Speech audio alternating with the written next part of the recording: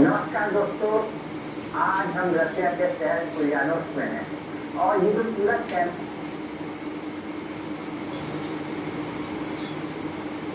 आज 2025 সালের 20শে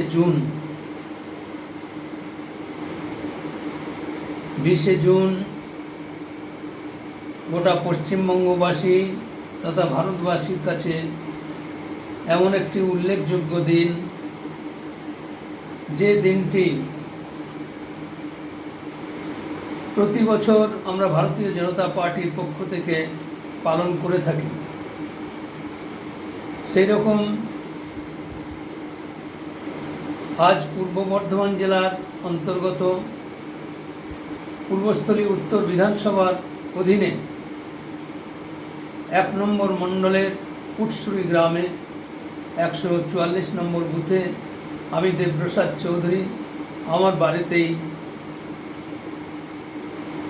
বাংলার নয়নের মণি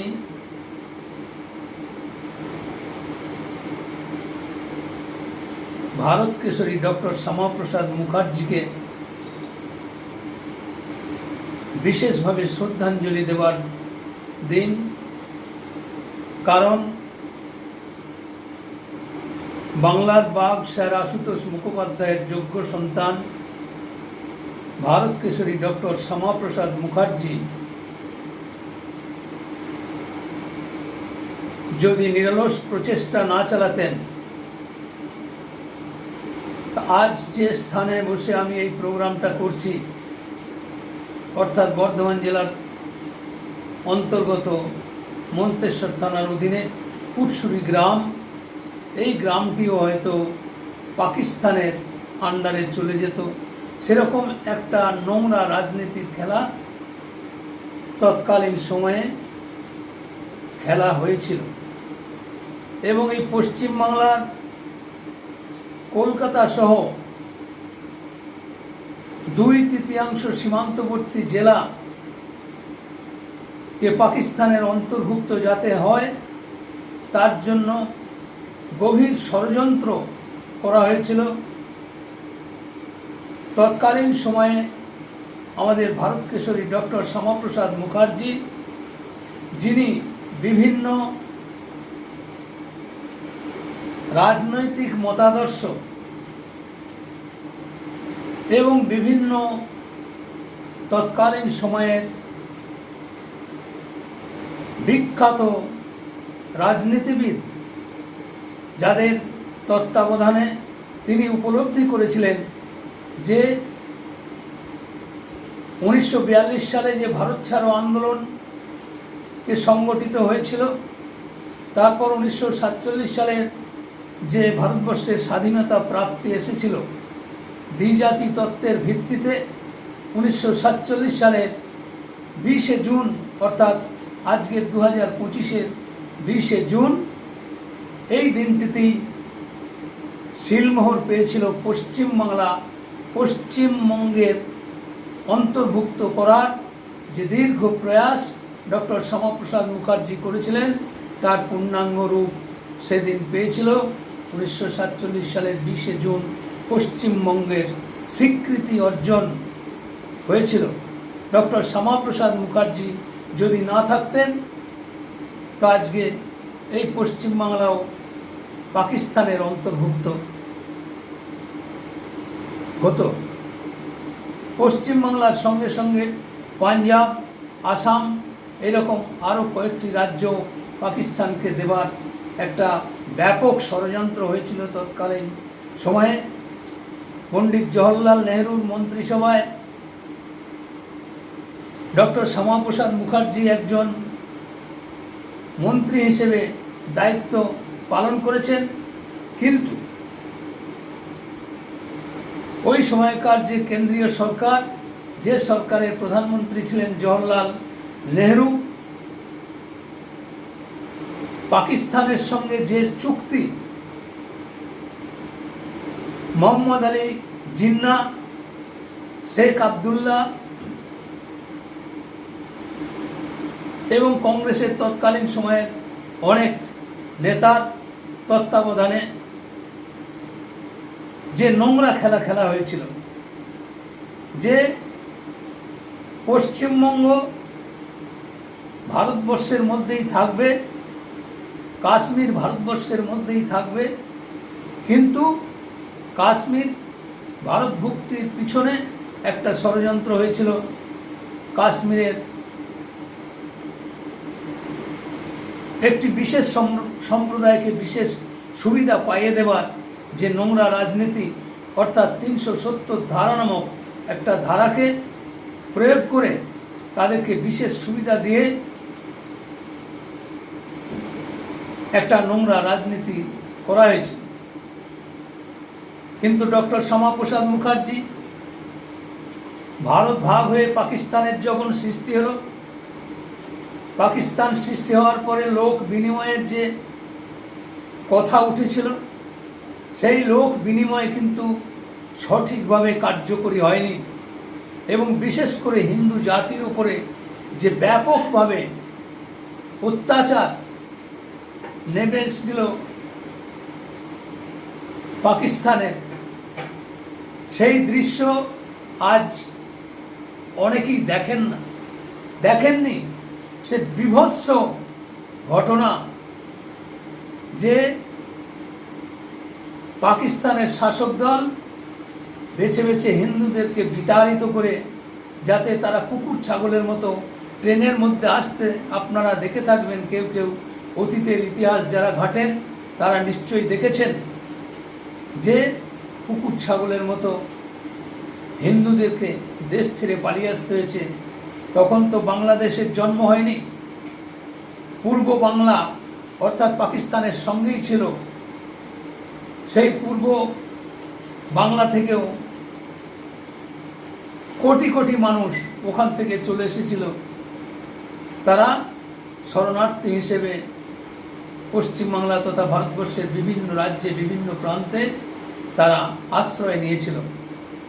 কি পৈশাচিক নির্মম অত্যাচার আপনারা কল্পনা করতে পারবেন না। 1946 সালের 16ই আগস্ট গ্রেট ক্যালকাটা কিলিং এর নামে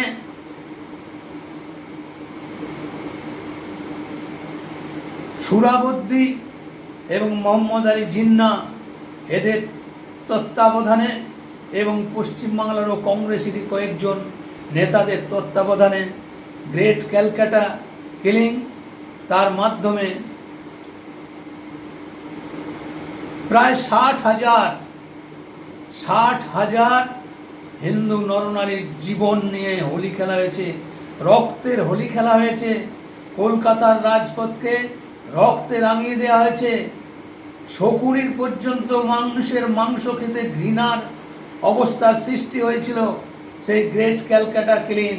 কিন্তু তখনই গোপাল মুখার্জি, যে গোপাল পাঁঠা নামে পরিচিত, সেই গোপাল পাঁঠা সেদিন অস্ত্র তুলে নিয়ে সেই দানবদের বিরুদ্ধে রুখে দাঁড়িয়েছিলেন এবং পাল্টা আঘাতের ব্যবস্থা করে গোপাল পাঁঠার নেতৃত্বে, গোপাল মুখার্জির নেতৃত্বে হিন্দুরা জাগ্রত হন এবং পাল্টা আঘাতের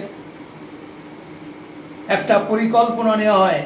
সেই গোপাল পাঁঠাই সেই মুসলিমদের সুরাবর্দির তত্ত্বাবধানে যে গ্রেট ক্যালকাটা কিলিংয়ের মাধ্যমে হিন্দু নিধন যজ্ঞ করেছিল, সেই হিন্দু নিধন যজ্ঞে যে তথ্য, সেই তথ্য, প্রকৃত তথ্য গোপন করা হয়েছে।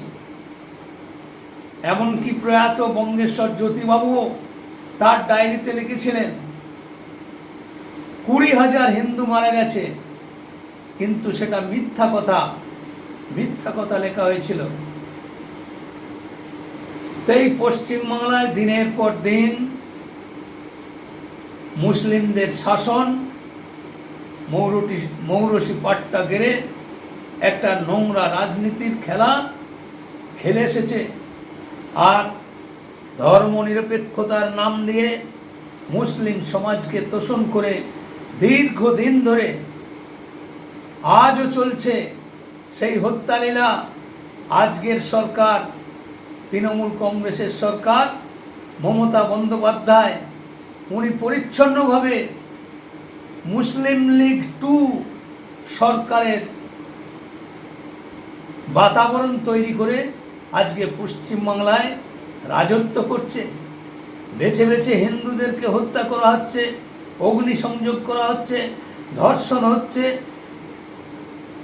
এই কয়েক মাসের যে জ্বলন্ত ঘটনা, আজকে আমি বলতে বাধ্য হচ্ছি যে পশ্চিমবাংলার রূপকার ডক্টর শ্যামাপ্রসাদ মুখার্জির প্রতিকৃতি এখানেই আপনারা দেখতে পাচ্ছেন।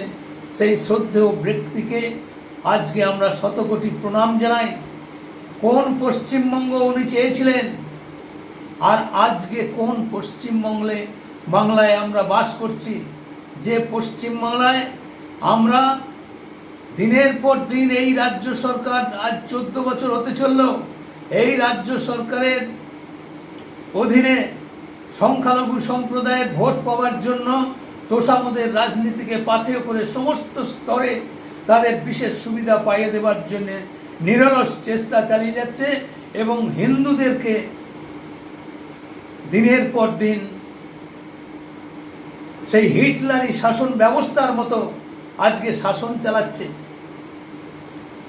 কদিন আগের ঘটনা, মুর্শিদাবাদের ঘটনা, মালদার মোতাবাড়ি, ধনিয়াখালী, দেগঙ্গার কার্তিকপুর, কুচবিহারের ঘটনা, দক্ষিণ 24 পরগনার নালিকুলের ঘটনা, কামদনির কলেজ ছাত্রীর মৃত্যুর ঘটনা, রিসেন্ট মেদিনীপুরের ঘটনা, বকটুয়ের ঘটনা, এই 2 দিন আগের ঘটনা মহেশতলার ঘটনা। এ কিসের ইঙ্গিত? শুধুমাত্র ভোট রাজনীতি সর্বস্ব করতে গিয়ে আজকে বেছে বেছে হিন্দুদের সম্পত্তি ক্রোক করা হচ্ছে। মহেশতলার ঘটনার প্রতিবাদে আমাদের শ্রদ্ধেয় বিরোধী দলনেতা শুভেন্দু অধিকারী গিয়েছিলেন। হাইকোর্টের পারমিশন নিয়ে সেখানে যেতে হয়েছে, আপনারা দেখেছেন দূরদর্শনের মাধ্যমে। তৃণমূলের হারমাদ বাহিনী আর বাংলাদেশ থেকে আগত রোহিঙ্গা ও বাংলাদেশি অনুপ্রবেশকারীদের তাণ্ডব। শীতলা মন্দির, কয়েকদিন আগের ঘটনা, শীতলা মন্দির ভেঙে তছনছ করে দেওয়া হয়েছে। এখানেও তুলসী মন্দির ভেঙে দিয়ে সেখানে মুসলিম সমাজের মানুষ দোকান করবে, এই অজুহাতে সেখানে যে দাঙ্গা বাঁধানোর একটা পরিকল্পনা আপনারা দেখেছেন। এতে করে মুখ্যমন্ত্রীর প্রচ্ছন্ন মদত ছাড়া এই জিনিস ঘটতে পারে না। তাই আজকে আমাদের হিন্দুদের ঐক্যবদ্ধ হতে হবে। হিন্দু জাতির কাছে আজকে পশ্চিমবাংলা থাকবে কি থাকবে না সেই প্রশ্ন চিহ্নের সামনে আজকে দাঁড় করিয়ে দিয়েছে। গতকালকের ঘটনা, আমাদের রাজ্য সভাপতি ও কেন্দ্রীয় প্রতিমন্ত্রী বালুরঘাট কেন্দ্রের লোকসভার সাংসদ ডক্টর সুকান্ত মজুমদারকে জুতো দেখিয়ে অশ্লীল ভাষায় গালিগালাজ করে কি তাণ্ডব সেখানে চালানো হয়েছে। সমস্ত ব্যাপারে বিরোধী দলনেতা শুভেন্দু অধিকারী কোনো কর্মসূচি নিলে আজকে সেই কর্মসূচি পালন করতে গেলে পারমিশন দেওয়া হয় না। আমাদেরকেও আমরা কোনো পথসভা মিটিং করতে চাইলে আমাদেরকে পারমিশন দেওয়া হয় না। হাইকোর্ট থেকে পারমিশন নিয়ে এই সমস্ত কর্মসূচিগুলো করতে হচ্ছে। আজকে আসানসোলে আপনারা দেখেছেন শুভেন্দু অধিকারী 20শে জুন আজকের যে বিশেষ কর্মসূচি, এই বিশেষ কর্মসূচিতে শুভেন্দু অধিকারী আসানসোলে গিয়েছেন। কয়েক হাজার মানুষের যে ঢল নেমেছে, এই ঢল নামা দেখে শাসক দলের হৃৎপিণ্ড ধীপ ধীপ করতে আরম্ভ করে দিয়েছে। কারণ শাসক দল বুঝতে পেরেছে যে আজকে যা পরিস্থিতি দিকে এগুচ্ছে, বিরোধী দলনেতা শুভেন্দু অধিকারীর নেতৃত্বে আজকে যেভাবে জনজোয়ার, উনি যেখানে যাচ্ছেন জনজোয়ারে পরিণত হচ্ছে। আর সাপে বর হয়েছে কেন্দ্রীয় মন্ত্রিসভা, আমাদের যশস্বী প্রধানমন্ত্রী নরেন্দ্র মোদীজি এবং অমিত শাহজির চিন্তাভাবনা, যে আজকে শুভেন্দু অধিকারী যেভাবে প্রতিটা হিন্দুর হৃদয় সম্রাট হিসেবে নিজেকে প্রতিষ্ঠা করেছেন। তাই শুভেন্দু অধিকারীকে আগামী 2026 সালের নির্বাচনে মুখ্যমন্ত্রী প্রজেক্ট করে এই নির্বাচনে লড়া হবে। এতেই দিদির হারে কাঁপুনি ধরে গেছে। কারণ দিদি বুঝতে পেরেছে শুভেন্দু অধিকারীকে যদি মুখ্যমন্ত্রী প্রজেক্ট করে 2026-এর নির্বাচনে অবতীর্ণ হয়, তাহলে দিদির খেল খতম হয়ে যাবে। তাই নানা রকমভাবে নোংরা রাজনীতি, আইপ্যাককে কাজে লাগিয়ে সার্ভে শুরু করেছে। গ্রামের অত্যন্ত গ্রাম বাংলায় চলে যাচ্ছে আইপ্যাকের লোক।